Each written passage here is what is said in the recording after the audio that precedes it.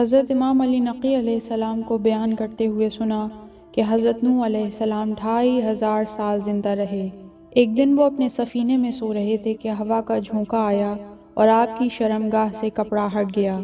ये देखकर हाम और याफिस हंसने लगे तो साम अलैहिस्सलाम ने उन्हें झिड़का और हंसने से मना किया। फिर हवा के झोंके से जब भी कपड़ा हटता साम उसको बराबर कर देते, मगर हाम और याफिस कपड़े को फिर हटा देते और मजाक उड़ाते।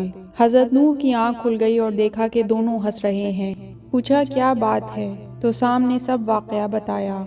ये सुनकर हज़रत नूह ने अपने हाथ आसमान की तरफ बुलंद किए और ये दुआ करने लगे कि परवरदिगार हाम के सल्ब के पानी को ऐसा बदल दे कि उससे सिर्फ हबशी पैदा हों। परवरदिगार याफिस के सल्ब के पानी को भी मुतगय्यर कर दे।